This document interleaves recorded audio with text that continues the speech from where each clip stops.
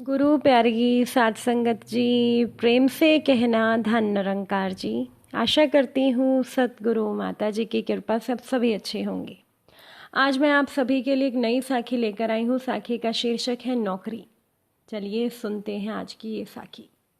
साध संगत जी, संध्या अस्पताल के कोने में बैठी हुई थी। बगल में बैठे दोनों बच्चे उसे बहुत बार कह चुके थे, माँ हमें भूख लगी है। लेकिन संध्या किसी और ही चिंता में डूबी हुई थी। अभी उसे इतना होश कहाँ था कि वो घर जाकर बच्चों के लिए खाना बना सकती। आखिरकार झुंझला कर संध्या उठ खड़ी हुई। उसने पास की एक दुकान से कुछ बिस्किट खरीदे, बच्चों को खाने के लिए दिए, फिर से वो बैठ गई। बच्चे बिस्किट खाने लगे। साथ संगत जी, संध्या का पति अविनाश अस्पताल में भर्ती था और ऐसे समय में उसका साथ देने वाला कोई भी नहीं था। उसकी आंखों से आंसू बह रहे थे। उसका मन तो नहीं था, लेकिन उसने फिर से एक बार कोशिश करने का मन बनाया। अपने आंसू पोंछते हुए उसने बच्चों की ओर देखा जो खाने में लगे थे। वो उठी, खिड़की के पास गई और उसने अपने ससुर जी को फ़ोन मिला दिया। वैसे तो संध्या अपने ससुर जी से ज़्यादा बात करती नहीं थी, लेकिन आज मजबूरी थी। लेकिन संध्या के ससुर जी ने तो फ़ोन नहीं उठाया, तो संध्या का दिल बैठ गया। संध्या ने सोचा कि जब सास ने मुझे जवाब दे ही दिया है तो न जाने कि पिताजी मेरी बात सुनेंगे या नहीं। कोई फ़ोन नहीं उठा रहा तो वो क्या करती। वापस आकर वो बच्चों के पास बैठ गई। डॉक्टर ने अभी संध्या को उसके पति से मिलने की अनुमति नहीं दी थी। संध्या का पति अविनाश आईसीयू में था और वो बाहर बेसब्री से अपने पति से मिलने का इंतज़ार कर रही थी। बैठे बैठे वो अतीत की यादों में खो गई। कितनी बार उसने अविनाश को समझाया था कि भविष्य के लिए थोड़ा पैसा जोड़ ले, समझदारी से ही घर चलाए, लेकिन अविनाश लापरवाही से कहता कि हम अनाथ नहीं हैं, मेरे पीछे लंबा चौड़ा परिवार है, कभी मुश्किल समय आया तो मेरा परिवार मेरा साथ देगा, जैसे आज मैं उनके लिए खड़ा हूँ। मेरे लिए तो मेरा परिवार सबसे पहले है। संध्या अविनाश की बात सुनकर हैरान हो जाती थी। कुछ दिनों पहले ही साथ संगत जी अविनाश की नौकरी चली गई थी। शुरुआत में उसने दूसरी नौकरी ढूंढनी चाहिए, लेकिन एक दिन संध्या ने सुना कि अविनाश की माँ उसको कह रही थी, देख बेटा, तू नौकरी तो मत ही ढूंढ, तुझे नौकरी करने की ज़रूरत क्या है, तेरी पत्नी भी तो नौकरी करती है, उसकी कमाई से आराम से घर चल जाएगा। तुम अगर घर पर खाली बैठे रहोगी तो जब भी ज़रूरत पड़ेगी तुम हमारे पास आ जाओगी। बहू तो है ही, तुम्हारी पत्नी बच्चों को भी संभाल लेगी और जब ज़रूरत पड़ेगी तो वो घर को भी अकेले संभाल ही लेगी। लेकिन तुम खाली बैठोगे तो हमें थोड़ा आसानी हो जाएगी। तुम्हें पता है ना कि तुम्हारा छोटा भाई तो हमेशा अपनी नौकरी में लगा रहता है, उसको तो हमारे लिए समय ही नहीं मिलता। अगर कभी हमारी तबीयत खराब हो जाती है तो ऐसे में कोई फुर्सत वाला इंसान तो होना चाहिए ना। तुम घर के बड़े बेटे हो, तुम्हें तो हमारा साथ देना ही पड़ेगा। अच्छा है तुम्हारी पत्नी कमाती है तो तुम्हें कमाने की ज़रूरत क्या है। ये सब सुनकर संध्या बेचैनी से अविनाश के जवाब का इंतज़ार कर रही थी। तब अविनाश ने कहा, तुमने ठीक कहा माँ, मैं नौकरी नहीं ढूंढूंगा, मैं आप लोगों के प्रति अपना हर फर्ज निभाऊंगा।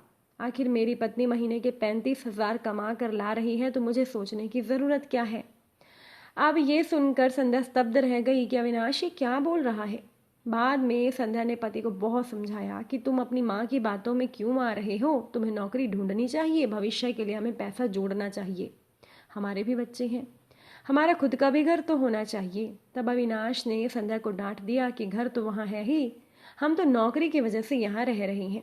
अब तुम्हारी नौकरी यहाँ है, बच्चों की पढ़ाई यहाँ है, तो रहना तो यहीं होगा ना। लेकिन मैं घर पर खाली रहूँगा तो जब भी मेरे माँ बाप का फ़ोन आएगा मैं जाकर उनके पास अपना फ़र्ज निभा दूँगा। संध्या ने सोचा कि फ़र्ज निभाना अच्छी बात है, लेकिन इस बहाने नौकरी ना करना ये कहाँ की समझदारी है। लेकिन अविनाश को कोई परेशानी नहीं थी, क्योंकि संध्या तो घर का सारा खर्चा उठा ही रही थी। हाँ, इस वजह से उनकी बचत बिल्कुल नहीं हो पा रही थी।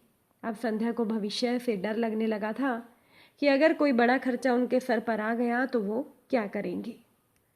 लेकिन अविनाश कह देता था कि मैं अकेले थोड़ा हूँ, मेरा परिवार मेरे पास है, मेरा छोटा भाई कमाता है, पिताजी की पेंशन है, माँ के पास भी गहने पड़े हैं, तुम्हें सोचने की ज़रूरत नहीं है। तो संध्या की ज़्यादा समझाने पर अविनाश चिढ़ जाता था और कहता था कि मैं अपने माँ बाप के प्रति अपना फ़र्ज निभा कर रहूँगा, तुम्हें बात माननी है तो मानो, नहीं तो अपना काम करो। इसीलिए अब संध्या ने अविनाश को कहना ही छोड़ दिया था। लेकिन संध्या का मन बड़ा दुखी होता था कि अकेले वो मेहनत करके घर चला रही है और उसका पति कुछ भी नहीं कर रहा और उसके सास ससुर उसके पति का इस्तेमाल कर रही हैं।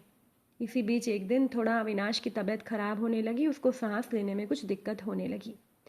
तो संध्या पति को लेकर अस्पताल पहुंची। अस्पताल जाते जाते उसकी हालत और ख़राब हो गई। अस्पताल पहुंचने पर जब अविनाश की जांच हुई तो डॉक्टर ने बताया कि उसके हार्ट में कुछ समस्या है, तुरंत ऑपरेशन करना होगा, नहीं तो इसकी जान चली जाएगी। अब ऑपरेशन के लिए 10 लाख रुपयों की ज़रूरत थी। संध्या घबरा गई कि इतनी जल्दी वो इतनी बड़ी रकम का इंतजाम भला कैसे करेगी। अब संध्या को लगा कि अविनाश हमेशा अपने घर वालों की मदद के लिए तैयार रहता था, तो उसके घर वाले भी इसकी मदद ज़रूर करेंगे। इसलिए तुरंत ही संध्या ने सास को फ़ोन लगाया और कहा, माँ जी अविनाश की तबीयत बहुत ख़राब है, डॉक्टर ने ऑपरेशन करने को बोला है और ऑपरेशन का खर्चा 10 लाख रुपए है, तो मुझे तो रुपयों की ज़रूरत है। तो अविनाश की माँ बोली, देखो बहू, अभी तो हम लोग वहाँ आ भी नहीं सकते, मेरी तबीयत भी ख़राब है, तुम अकेले संभाल लो।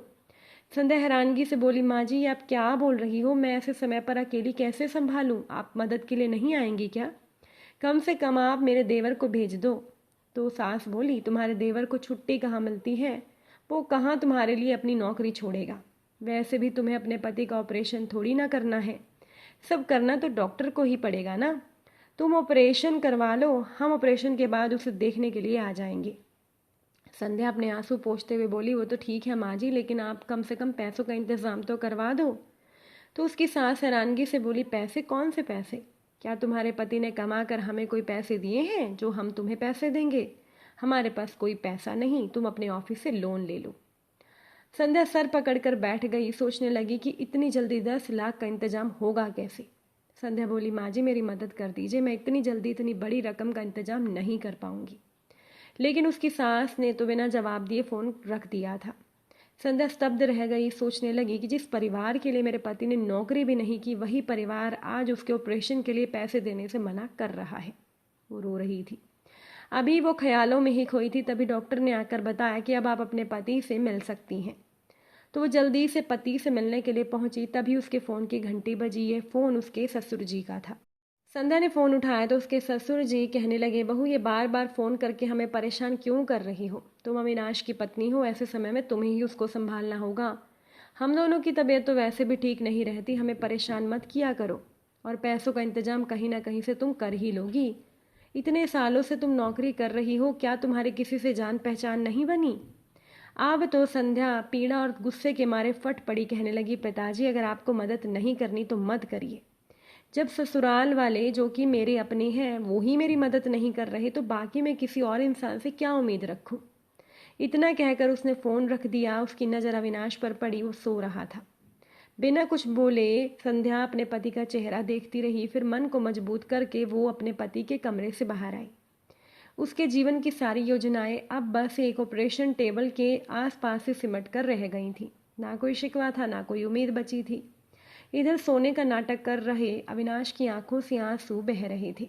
परिवार के नाम पर उसने अपनी पहचान, आत्मसम्मान और भविष्य तक को गिरवे रख दिया था, लेकिन बदले में उसको क्या मिला? कुछ भी नहीं मिला।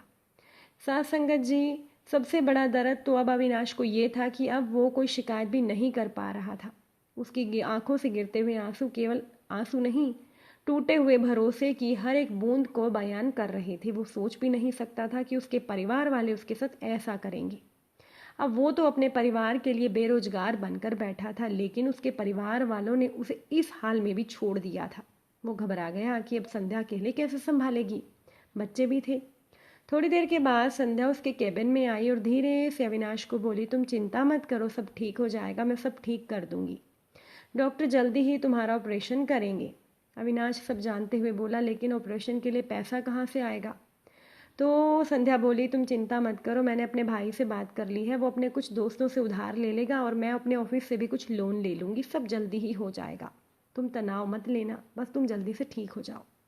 कहते कहते वो बेचारी तो रो ही पड़ी। तो अविनाश उसके सामने हाथ जोड़कर बोला, मुझे माफ़ कर देना संध्या, मैंने तुम्हारी बात नहीं मानी, लेकिन आज मुझे पता चल गया कि मेरे परिवार वाले बस मेरा इस्तेमाल कर रहे थे। शुरुआत से मैंने देखा कि मेरे माँ बाप मेरे छोटे भाई को ज़्यादा प्यार करते थे। मुझे लगता था कि मैं उनके प्रति अपने फ़र्ज निभाऊंगा तो वो मुझे ज़्यादा प्यार करेंगे, लेकिन मेरी सोच गलत थी। मैं अपने परिवार के लिए पागल हो गया था, लेकिन मुझे ये भी सोचना चाहिए था कि जहाँ प्यार होता है वहाँ कोई शर्त होती नहीं। और यहाँ तो वो लोग मुझसे उम्मीद करते थे कि मैं हर बार फ़ोन करने पर दौड़ कर वहाँ भागा चला जाऊँ। लेकिन इतना सब करने के बावजूद भी मेरे माँ बाप भेदभाव ख़त्म नहीं कर पाए। इतना कहकर वो रो पड़ा तो संध्या बोली, ये समय ये बातें सोचने का नहीं है, मुझे तुमसे कोई शिकायत नहीं, बस तुम जल्दी से अब ठीक हो जाओ, क्योंकि मुझे और हमारे परिवार को तुम्हारी ज़रूरत है। तो अविनाश बोला, अगर मैं ऑपरेशन के बाद बच गया तो वादा करता हूँ मैं अपनी जिम्मेदारियाँ ज़रूर निभाऊंगा।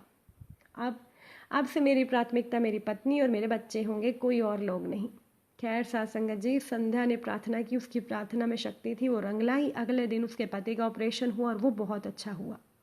ऑपरेशन के बाद अविनाश के माँ बाप और उसका छोटा भाई उससे मिलने के लिए आए, लेकिन अब अविनाश को उनसे ज़्यादा मोह नहीं रह गया था। वो समझ गया था कि ये सब एक दिखावा है। मुश्किल समय में तो अविनाश की पत्नी और उसके बच्चे अकेले ही थे। साथ संगत जी, आज के समय की एक कड़वी सच्चाई ये है कि लोग एक दूसरे का इस्तेमाल करते हैं और बुरे समय में एक दूसरे को अकेला छोड़ देते हैं। ऐसे में परिवार के प्रति फ़र्ज जरूर निभाइए, लेकिन सबसे पहले आप अपने जीवन साथी और अपने बच्चों के बारे में ज़रूर सोचिए। क्या आपने अपनी ज़िंदगी में ऐसा कोई परिवार देखा है? अगर आपने ऐसा कोई परिवार देखा है तो उस परिवार के बारे में भी हमें ज़रूर बताइएगा। साथ ही अच्छी लगी हो वीडियो को लाइक शेयर करिएगा। आप सभी से फिर से मुलाकात ज़रूर होगी नई साखी के साथ। साथ संगत जी प्यार से कहना, धन निरंकार जी।